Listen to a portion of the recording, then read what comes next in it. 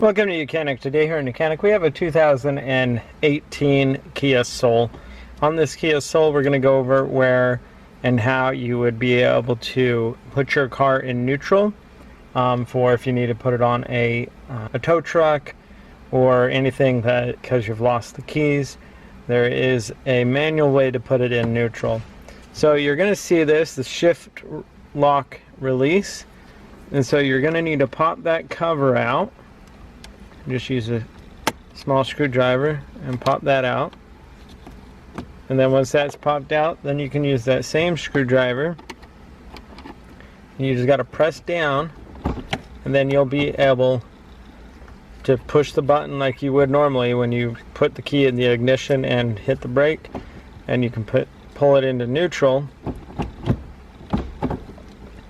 so that you can get it towed onto a tow truck, or if you just need to push the vehicle off the road. And then just to put it back up, you just put it back up. Once it's back up, it won't come back down unless you press that button again to put it back into neutral.